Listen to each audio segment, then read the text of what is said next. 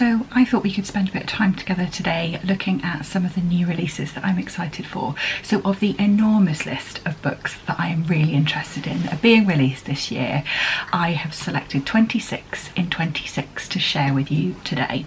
So let's get cracking. Out on the 1st of January, White Moss by Anna Nerkagi, translated by Irina Sadanova. This is out by Pushkin Press. It was originally set for publication in April, but this has been brought forward, so it's already out.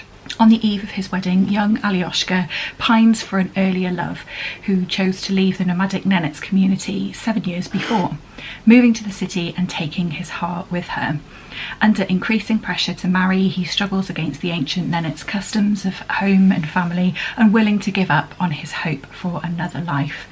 Deep in southern Siberia, minor human tragedies play out against the cold expanse of the tundra. With bursts of lyricism and a Chekhovian eye for human frailty, Anna Nerkagi crafts a multi-voice drama of lost love and the clash between youthful dreams and the complex ties of home. Out on the 15th of January is Mound by B.D. Smith. This is published by Black Rose Writing. This is based at an archaeological dig at an Indigenous American site. The local sheriff tries to involve the diggers in some drug dealing. A mysterious black dog is hanging around. Someone thinks they can see a menacing dark red energy vortex flowing up from the temple mound, and everybody disagrees about what they should be digging for. But when they hit on a big find, they attract the attention of a failing professor hoping to reignite his career. I'm quite interested in the setting of an archaeological dig, as I think it lends itself to drawing parallels between like past and present really well. I really enjoyed Ghost Wall by Sarah Moss and Our Number Bones, which I'll talk about here a little bit later. Out on the 15th of January, Meet the Newmans by Jennifer Niven. This is out by Macmillan and it's pretty much everywhere on social media so far. For years the Newmans have been a favourite TV family, but now the 60s are in full swing, the Newmans' perfection suddenly feels woefully out of touch. Ratings are free-falling, as are the family, who are harbouring all of their own secrets. Enlisting the help of a reporter to script their final episode, they come to blows over what a wife, mother and family should look like and how the Newmans represent this. I think this sounds like a lot of fun. Out on the 20th of January is The Optimists by Brian Platzer by Little Brown and Company. A beloved school teacher chronicles the meteoric rise of his most dazzling student in this ambitious, big-hearted work of literary fiction, perfect for fans of Nathan Hill, Susan Choi and Tess Gunty.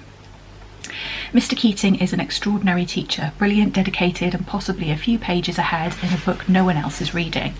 He's a magician able to enchant 14-year-olds into a love of writing and literature, yet no student has lived up to the promise of their potential more than Clara Hightower. Over the course of 3 decades, Clara is a kindergarten thief, a high school genius, a Silicon Valley celebrity and an animal rights activist turned terrorist. To tell Clara's story, Mr. Keating must tell his own, including his courtship and marriage, his dreams of writing and comedy, his days in the classroom in Lower Manhattan, along with rivalry and friendship with his head of school, and his eventual stroke and the isolation that follows. The Optimists is a love story, a joke book, and a meditation on the meaning of life and death.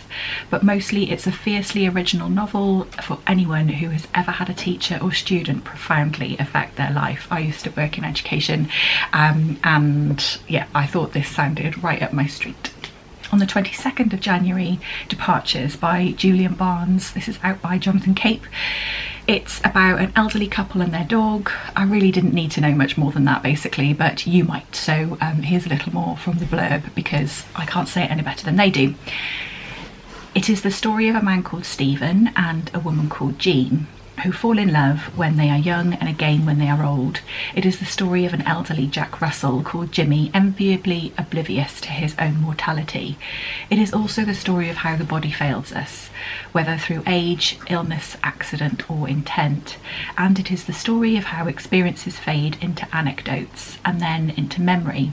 Does it matter if what we remember really happened, or does it just matter that it mattered enough to be remembered? It begins at the end of life, but it doesn't end there. Ultimately, it's about the only things that ever really mattered, how we find happiness in this life, and when it is time to say goodbye. I was kindly gifted a copy of this by the publisher and I'm reading it at the moment. Out on the 29th of January is A Guardian and a Thief by Megha Majumdar. This is out by Scribner. I read A Burning by this author and was really struck by this novel, so I will happily read whatever they put out. This is set over the course of a week in a not too distant future in Kolkata, struggling with floods and famine. A family are preparing to escape to the US. After procuring visas, they pack their bags, and on the morning of their flight, they awaken to discover all their immigration documents have been stolen. We get the story of the mother fighting to keep her family alive as she searches for the stolen documents, and of the thief whose desperation drove them to such an act. Out on the 5th of February is Our Better Natures by Sophie Ward, out by Corsair. Amid the chaos and political upheaval of 1970s America, 3 very different women must accept the world as it is or act to change it. Phyllis, a small town housewife whose world is turned upside down when her son returns from Vietnam with a Korean wife and granddaughter.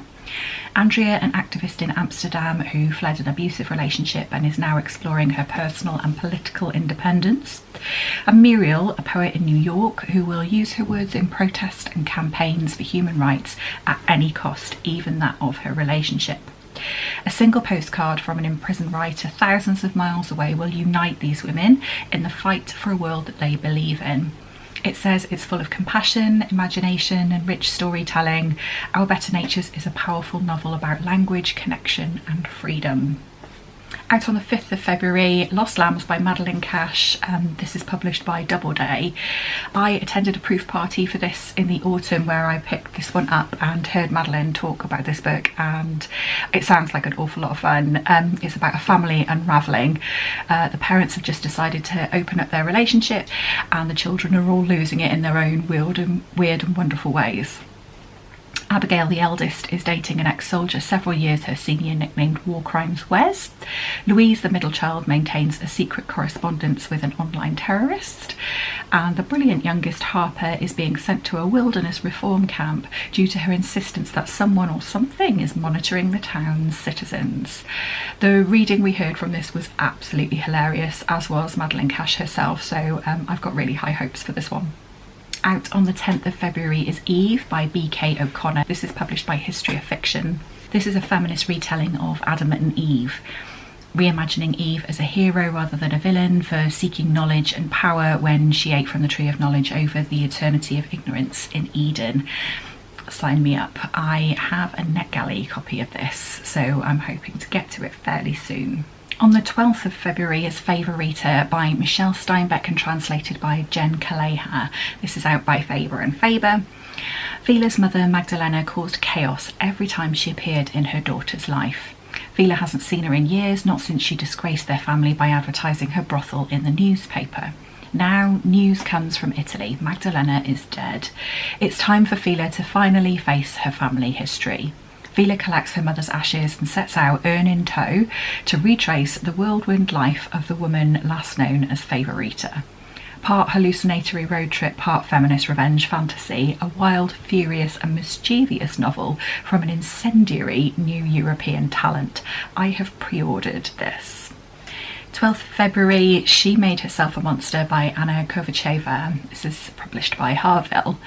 Yana, a vampire hunter, rides into a village cursed for years, promising salvation. They blame local orphan Anka, but enduring the village's suspicion is the last of Anka's worries, as now she has reached womanhood, she can no longer avoid the odious marriage that seems to be her only option. When animal corpses start to appear in the village square and eggs filled with blood are found in the chicken coops, panic rises. The villagers look to our vampire hunter for hope. She knows all about the monsters that stalk the night, monsters that only she can vanquish. But Yana is a liar, and monsters come in all different forms. Feminist vampire fiction, sign me up, yes please and thank you. Also on the 12th of February comes Our Number Bones by Katya Balen. This is out by Canongate. I was given a proof copy of this at the Doubleday proof party that I went to in the autumn and I read it almost straight away. Anna escapes London in search of solitude in an effort to break her writer's block. Taking up residence in a remote cottage whilst out walking on the moors, she encounters the sight of a long-buried body risen to the surface. She becomes obsessed with the story behind the body and befriends the dig team. As we understand more about why, we learn more about Anna and the nature of the difficulties that she's having. This book felt like a battle cry for all women everywhere throughout time, and also like being held tenderly all at once. It was extraordinary. Do check the content warnings if there are particular topics that you avoid reading about. This made my top 10 books of last year and I cannot recommend it enough. We're in a run of 12th of February releases. Next up we've got I'll Be Monster by Sean Gilbert, out by Duckworth. A homicidal couple embarks on a luxury holiday to save their marriage. After years of secrets and self-restraint, they've reached breaking point, but 3 days into the trip they run into Benny, an acquaintance from their Cambridge days, and Benny is desperate to reminisce about a time and a person they would rather forget. Darkly funny and razor-sharp, I'll Be the Monster follows a dangerous game of cat and mouse as it plays out under the stifling heat of the Mediterranean sun. From a major new talent in literary fiction, this gripping debut is a love story about the worst people you know and of what happens when a change of heart occurs too late. This is another one that I've got on NetGalley and hope to read very soon. Last one for the 12th of February, we've got Some Bright Nowhere by Anne Packer, published by Fourth Estate. It's about a long married couple who've been through thick and thin together, raising 2 children in Connecticut. The wife has been battling cancer for 8 years and her husband has been a carer. As they adjust to the news that she has just weeks left to live, the wife makes an unexpected request that leaves her husband reeling. The descriptions and quotes are all full of words like moving and devastating, life-affirming, and all that sounds absolutely delicious to me. On the 20th of February is Floodlines by Saleem Hadad, out by Europa. In the summer of 2014, 3 estranged sisters are drawn back into each other's orbits through the discovery of their late father's lost paintings, forcing the family to confront the personal and political betrayals that tore them apart. Spanning continents and decades, Floodlines grapples with grief and memory and charts emotional and political aftershocks of a century of war and revolution in Iraq and beyond. Inspired by the artistic legacy of Hadad's great uncle, the Iraqi modernist painter Jawad Saleem, Floodlines explores family, queerness, and the wounds of neo-colonialism in haunting, visceral prose. On the 24th of February, One Beautiful Year of Normal by Sandra K. Griffith comes out by She Writes Press. Some memories protect you, others imprison you. When August Kane receives a phone call from Savannah Attorney, she is blindsided by the news. Her Aunt Helen has passed away. But how can that be when August's mother insisted Helen died in a car accident 15 years ago? Determined to uncover the truth, August returns to the Deep South, where the ghosts of her past, both real and imagined, await her. Plagued by a memory splintered by her father's unsolved murder when she was a child, and further tangled by psychiatric treatments for the debilitating depression she struggles with, August realises her survival depends on unravelling the mystery surrounding her father's death. This means returning to the one safe place she remembers from the childhood she has mostly locked away inside her mind, Aunt Helen's home, and the ghost tours they created together. A chilling exploration of mental illness, mother-daughter bonds, and generational secrets. One Beautiful Year of Normal follows August as she pieces together the long-buried truth that shaped her family's tragic past and confronts the question that has haunted her for years: can the truth set her free? On the 26th of February, As If by Isabel Waidner is out by Hamish Hamilton. 2 men meet in a flat in London. They are total strangers and yet they look remarkably alike. Lewis is grieving his dead wife. Corinne is hiding from his very much alive one. Lewis never had children. Corinne is an ambivalent parent at best. Lewis is an whistle actor, too depressed to attend the big audition that has just fallen into his lap, and Corinne has tried a dozen dead-end jobs but never pursued his acting dreams. 2 men living mirror image lives, each seeking a second chance to get things right, each wanting what the other has. As If is an existential farce about the road not taken. Surreal and slyly poignant, suffused with ironic melancholia, it is a parable for the 21st century everyman, a character trapped in reality's hall of mirrors, endlessly searching for something to live for. This is one that I've pre-ordered too. On the 2nd of April, My Year is a Fraud by Johanna Swanberg, translated by Agnes Broome, is coming out by Hutchinson. There's no health guru in Sweden better than Cassie. Couples therapy, puppy yoga, full moon rituals. She's got everyone in the remote village of Balen covered. The locals don't really know who Cassie is or how she managed to turn a derelict cottage into a successful self-help retreat, but one thing is clear, they're all willing to pay good money for her services. There's only one problem: Cassie is a fraud. A great one at that, who has concealed her true self, a jobless, depressed alcoholic, and gotten rich in the process. But can life be based on a lie really last? And will her new friends accept her for who she really is when her secrets eventually come to the surface? My Year is a Fraud is a heartwarming, hilarious and healing translated debut novel about hitting rock bottom and finding your way back from an unmissable new voice in Swedish fiction. Another pre-order from me. On the 9th of April, Yesteryear by Caro Burke comes out by Fourth Estate.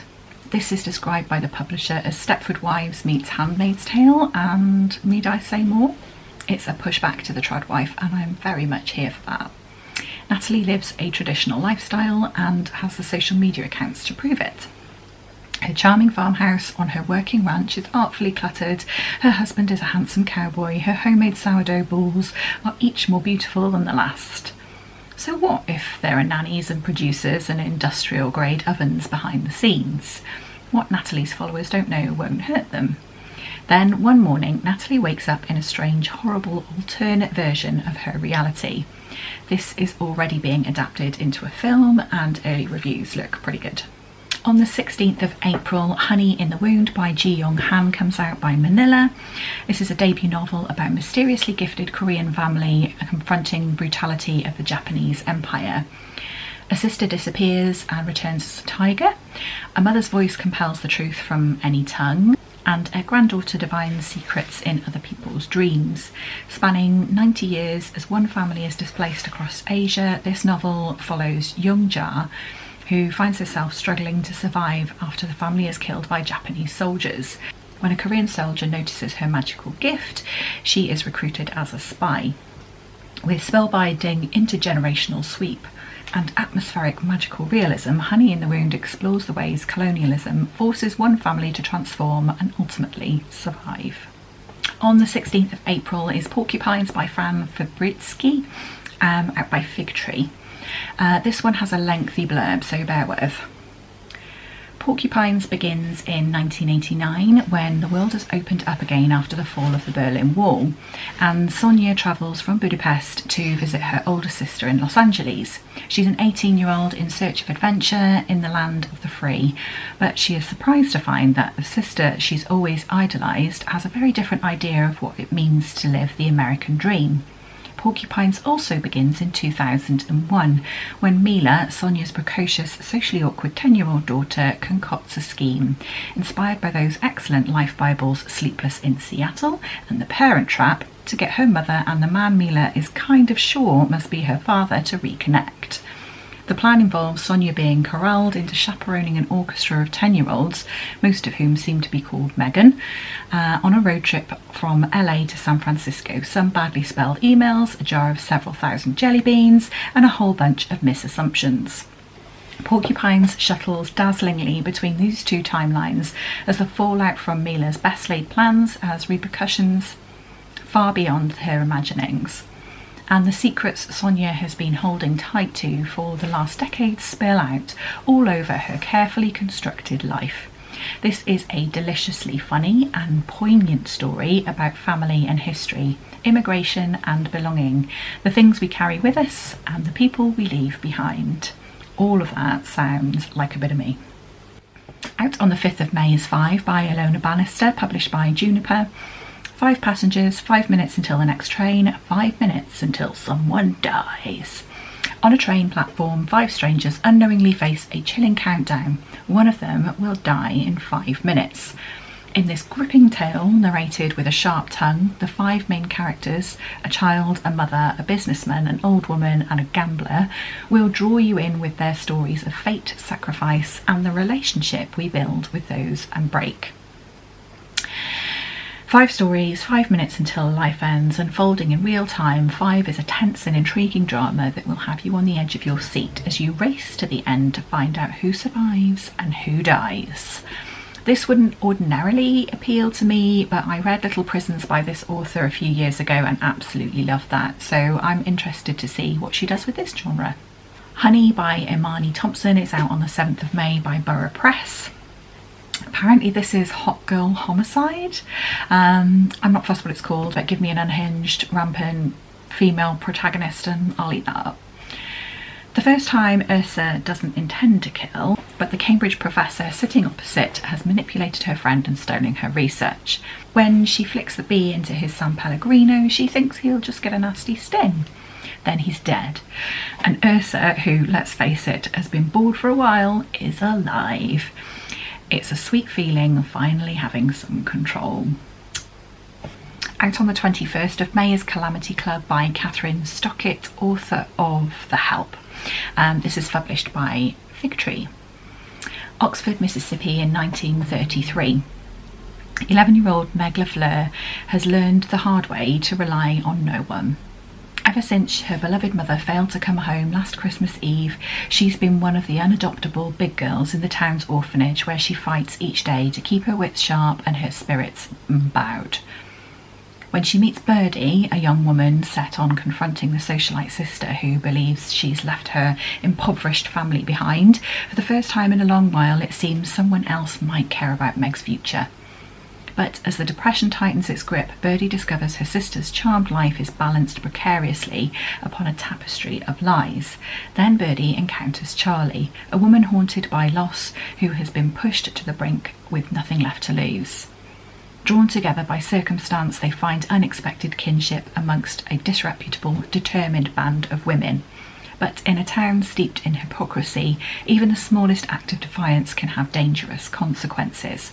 Bold, heartwarming and riotously funny, The Calamity Club is an unforgettable story of resilience and friendship and sisterhood of underestimated women who risk everything to take back control of their fates. On the 26th of May is Cathedrals by Claudia Pinheiro, translated by Frances Riddle by Charco Press. 30 years ago, in an empty plot of quiet neighbourhood, a teenage girl's body was found quartered and burned. The investigation ended with no arrests and her family, middle class, educated, Catholic, quietly disintegrated. 3 decades later, the hidden truth comes to light thanks to the father's enduring love for the victim.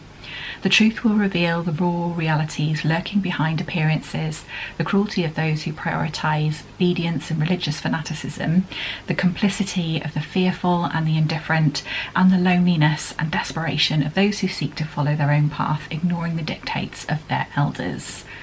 Just as she did with Eleanor Knows and A Little Luck, Claudia Pinheiro dives into family ties, social prejudice, and the ideologies of institutions that affect our inner worlds to deliver a brave, moving novel that strikes at the heart of these private dramas. I've read 3 books by Claudia Pinheiro and found them all to be completely different, and I think that's really exciting, so I'm curious about this one. That's it, that's my 26. That takes us up until June, and hopefully I will be back at the middle of the year to give you some updates about new releases I'm looking forward to later in the year. Let me know if these are on your radar at all. Let me know if any of these appeal at all to you, and thank you so much for being here. I hope you're looking after yourself, and I'll see you again in another video.